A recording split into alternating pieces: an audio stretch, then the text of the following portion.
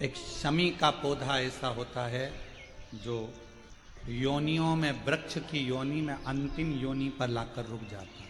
कौन सा? शनि। इसलिए पंचदशमी पंच शनि पूजन की महत्वता होती है।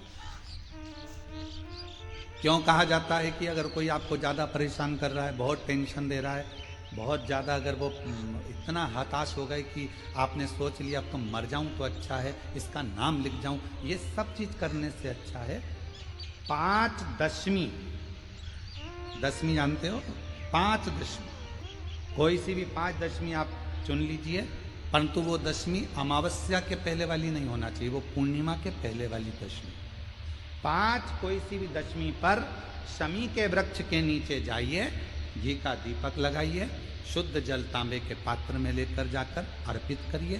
पहले दीप जलाना, उसके बाद शमी के पौधे में जल डालना और पौधे उस वृक्ष के नीचे बैठकर जल चढ़ाकर वहीं पर एक चावल का दाना समर्पित कर कर बाबा से प्रार्थना करना कि बाबा मुझे बहुत कष्ट है, ये मेरा एक तकलीफ मुझे दे रहा है, बस आप मेरी तकलीफ को दूर करना।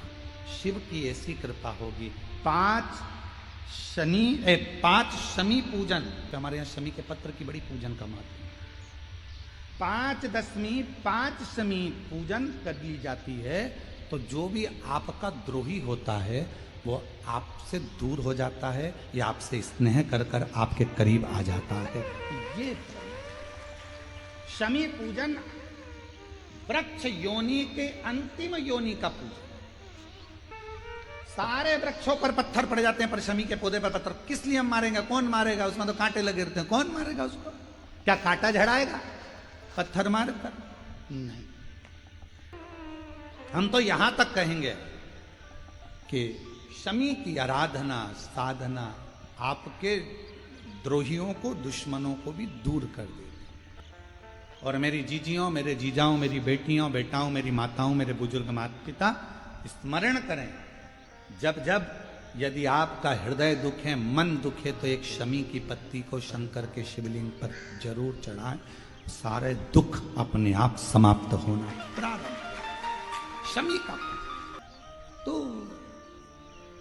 कोई कहे क्या वृक्षों में, पौधों में, पत्तियों में भी क्या, ये वृक्षों के अंदर भी क्या जीव होता है? क्या इसमें भी प्राण होते हैं? होते हैं, इसमें भी प्राण, ये भी ऑक्सीजन लेना छोड़ना सब कार्य इनका चालू है, ये भी जीवित है। जल नहीं मिलेगा मर जाएंगे, जल गया समाप्त। एक हमारे बहुत अच्छे जजमान हैं, बहुत अच्छे हैं, उनके 4 लड़के हैं, 2 विदेश में रहते हैं, 2 इंडिया में रहते हैं, भारत में, और बड़े बड़े शहर में रहते हैं। और हमारे जजमान ब्यावरा के पास में रहते हैं। तो हमने उनसे कहा कि अब तुम बुजुर्ग हो गए हो दोनों, तो बेटों के पास क्यों नहीं चले जाते?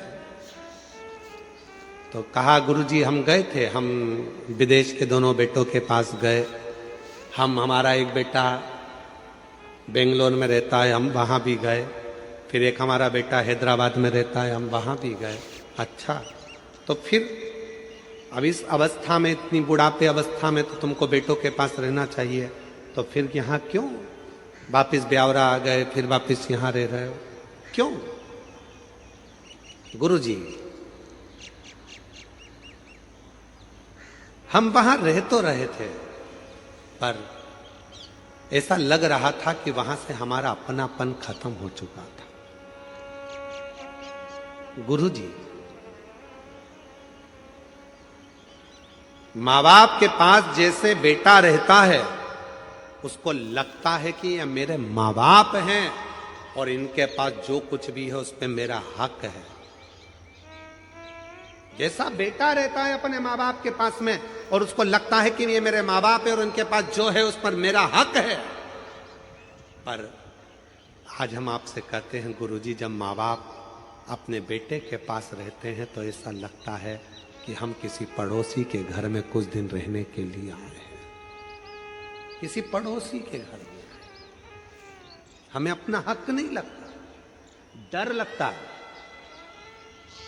सामान तेज गिर गया, बेटा जाग कर आएगा कुछ कह देगा, पानी ज्यादा गिर जाएगा तो बहू कुछ कह देगी, कुछ कहूंगी तो पोता पोती कुछ कह देंगे, डर सा रहता है। इसलिए गुरुजी हम उनके पास नहीं, अपने गांव में ब्यावरा के पास में रहते हैं, 2 रोटी बनाकर खा लेते हैं, कम से कम भय की जिंदगी तो नहीं जीते, अपनी गुड जिंदगी को जीने का प्रयास करते। क्यों हो रहा है, किस लिए हो रहा है, क्या कारण है जो आज माता पिता को अपने बच्चों के पास रहने में भय उत्पन्न होने लगा है? भय लगता है क्यों? क्योंकि हमने उसको आदर करना बंद करवा दिया। आप सिखाओ, 4 जगह पर झुकने पर कभी भी आप हार नहीं मान सकते। माता पिता के आगे झुकिए, घर के बुजुर्गों के आगे झुकिए, दूसरे नंबर पर, तीसरे नंबर पहले घर के माँ बाप के आगे झुकिए, घर के बुजुर्गों के आगे झुकिए, अपने अगर विवाह हुआ है, पति है, उसको भी प्रणाम करिए, और परमात्मा जिसको तुम भजते हो, जिसको तुम स्मरण करते हो, जपते हो, उसको प्रणाम करने में पीछे मत हटो। और एक बात और अपने अंदर उतार कर रखिए, किसी से गुरु मंत्र लो मत लो। आज के जमाने में 50 बार सोचना पड़ता है कि गुरु किसको बनाया जाए, इसको बनाए गुरु, उसको बनाए गुरु, उसको बनाए गुरु। आज के जमाने में किसी पर भरोसा भी नहीं टिक पाता, ना जाने कौन ऐसा मिलेगा जो हमारी जिंदगी नाश कर कर चले जाएगा। तो गुरु भी सोचना पड़ता है, अच्छा कब मिलेगा, कैसा मिलेगा, क्योंकि आज के जमाने में गुरु फिरे बाजार में, हमसे दीक्षा ले, हमसे गुरु मंत्र लो, हमसे दीक्षा लो, गुरु फिरे बाजार में, हमसे दीक्षा ले, तुम नरक पड़ो चाहे स्वर्ग जाओ, पर लिफाफा हम ही को दो। आज के गुरु तो ऐसे हो गए हैं जो केवल धन की चाह करते हैं। पर याद रखना, अगर कोई गुरु नहीं मिल रहा, किसी को आप गुरु नहीं बना पा रहे हो, तो एक काम करना, अपने शंकर को 1 लोटा जल चढ़ाकर श्री शिवाय नमस्तुभ्यम बोलकर मंत्र का जप करना प्रारंभ कर दो। शिव को गुरु बना लो, वो शंकर तुम्हें पार लगा देगा, वो शिव तुम्हें पार लगा। शिव को गुरु बनाओ, प्रणाम करो, माता पिता को प्रणाम करो, घर के बुजुर्गों को प्रणाम करो, पति को प्रणाम करो, परमात्मा को प्रणाम करना चाहिए। एक प्रसंग आता है, बड़ा सुंदर सा एक प्रसंग है। एक पिता के 2 पुत्र थे। देखिए शिव करुणा सागर कैसा है, शिव दया सागर कैसा है। एक पिता के 2 पुत्र थे, दोनों पुत्र बड़े हो गए, और बड़े होकर एक पुत्र ने कहा, पिताजी मुझे तुम्हारे साथ में नहीं रहना, अब आप मुझे मेरा हिस्सा दे दीजिए और मैं ये गांव छोड़कर शहर में जाना चाहता हूं। शिव पुराण का ये प्रसंग बड़ा सुंदर प्रसंग है। पिताजी ने समझाया बेटे को कि तू मान जा, पर मानता नहीं, और बेटा नहीं माना। आखिरी में जायदाद का हिस्सा करा गया। पिताजी ने 3 हिस्से प्रॉपर्टी के कर दिए, धन के कर दिए, जमीन के कर दिए। एक बड़े बेटे को दे दिया, छोटे बेटे को दे दिया, एक हिस्सा खुद का रख लिया। समय बीता, बेटा अपना हिस्सा लेकर चला गया, शहर में गया, और जाते ही उसके 3 मित्र बन गए। पहला मित्र बना उसका ताली मित्र, दूसरा मित्र बना उसका थाली मित्र, और तीसरा मित्र बना उसका प्याली मित्र। कि जब हम बहुत उन्नति की सीढ़ी पर चढ़ते हैं, बहुत वैभव की ओर बढ़ते हैं, तरक्की करते हैं, तो 3 मित्र हमारे जरूर सामने आते हैं। पहला होता है ताली मित्र, जो आपकी प्रशंसा कर कर आपको कहीं ना कहीं नुकसान देने का प्रयास करेगा, वो होता है ताली मित्र। दूसरे नंबर पर होता है थाली मित्र, जो आपको होटल तक लेकर जाएगा, अपने पैसे से तुमको खिलाएगा, अपना पैसे से तुमको लत लगाएगा भोजन की होटल की, और होटल के भोजन की लत लगाकर फिर तुम्हारे पैसे से वो खुद खाए, उसको कहते हैं थाली मित्र। और तीसरे नंबर पर है प्याली मित्र, आपको पीना याद नहीं है, पर वो अपने पैसे से तुम्हें मय खाने में ले जाकर कहीं ना कहीं गलत दुकान पर ले जाकर आपको पीने की आदत डलवाएगा। इसलिए शिव पुराण की कथा कहती है 3 मित्रों से बचने का प्रयास करना। पहला ताली मित्र, दूसरे नंबर पर बोलते जाओ जम के थाली मित्र, और तीसरे नंबर पर प्याली मित्र। ये 3 मित्र बर्बादी की ओर लेकर जाते। जब पिता ने हिस्सा दे दिया और हिस्सा प्राप्त होने के बाद बेटा शहर में चला गया। बेटा शहर में गया, शहर में जाकर उसके 3 मित्र बन गए, जिन्होंने उसका धन देखा, वैभव देखा, पैसा देखा, खूब सारा धन देकर 3 मित्र बने। और वो तीनों मित्रों ने साथ में रहना प्रारंभ करा और रहते रहते रहते रहते एक दिन उसको बर्बादी के सिरे पर लाकर छोड़ दिया। बर्बादी के सिरे। मेरी जीजियों, मेरे जीजाओं, मेरी बेटियों, बेटाओं, मेरे बुजुर्ग माँ बाप, एक बात का स्मरण अपनी जिंदगी में रखना, पिलाने वाले बहुत मिलेंगे पर संभालने वाला नहीं मिलेगा।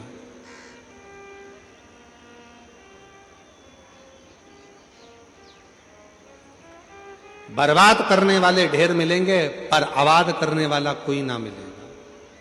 इसलिए अपनी सावधानी अपने साथ में होना बहुत जरूरी है, बहुत जरूरी।